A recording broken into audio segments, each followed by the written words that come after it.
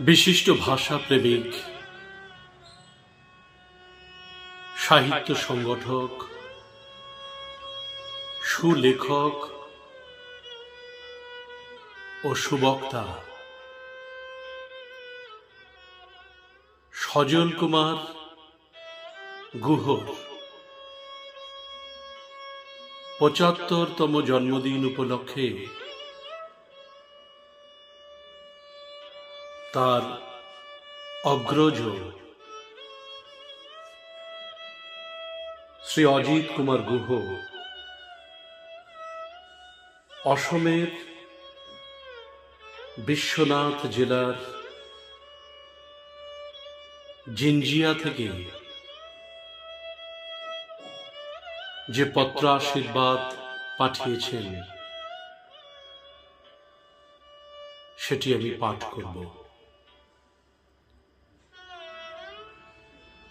তার আগে উপস্থাপন করব এ প্রসঙ্গে আমার উপলব্ধির কিছু কথা।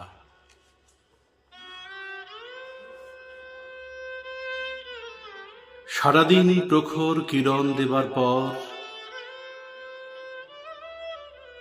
সূর্য যখন পশ্চিম দিগন্তে ঢলে পড়ে, তখন অনুভব করতে পারি বার্ধক্যের হাহাকার। অস্তগামী সূর্য যখন তার শেষ আলোক রশ্মিটুকু ঢেলে দিয়ে মহানন্দার সব ঢেউগুলিকে রাঙিয়ে দেয়, তখন উপলব্ধি হয় দেবার বুঝি শেষ নেই। তাই তো বাংলা ভাষা ও সাহিত্যের এক উজ্জ্বল নক্ষত্র সজল কুমার গুহর মেজদা শ্রী অজয় কুমার গুহ অসমের বিশ্বনাথ জেলার জিঞ্জিয়া থেকে ছোট ভাই সজল গুহকে আশীর্বাণী পাঠিয়েছেন। ৮৯ বছর বয়সেও কত গভীর প্রাণের আবেগে।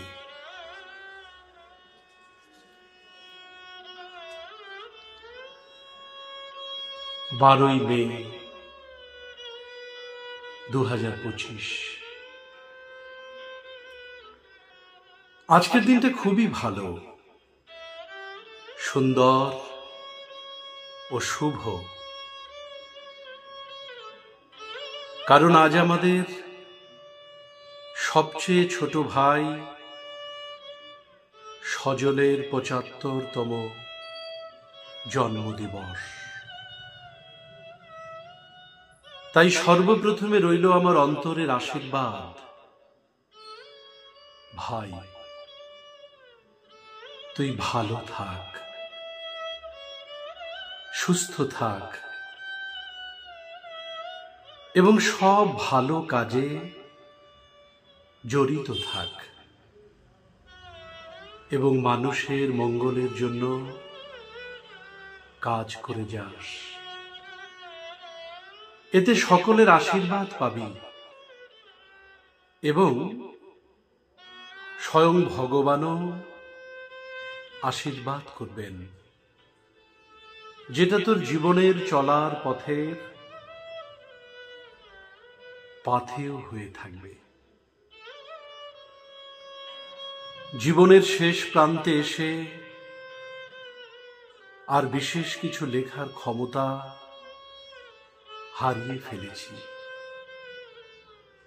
তবে এইটুকু বলতে চাই, আমাদের পরবর্তী প্রজন্ম যেন তাদের মা বাবাকে বোঝা মনে না করে। হাজার হাজার মা বাবা এখনো বেঁচে আছেন তাদের অন্তরের ভীষণ ভীষণ ব্যথা নিয়ে, যেটা শারীরিক অসুস্থতা ও আর্থিক দৈন্যতা থেকে অনেক অনেক বেশি বেদনাদায়ক। শ্রী শ্রী ঠাকুর অনুকূল চন্দ্রের ভাষায় মা বাবা হলো গৃহ দেবতা, তাদেরকে বাদ দিয়ে অন্য কোনো পূজা হয় না এবং এতে কোনো লাভ নাই। সবশেষে বলি, আমাদের সব ভাই বোনেরা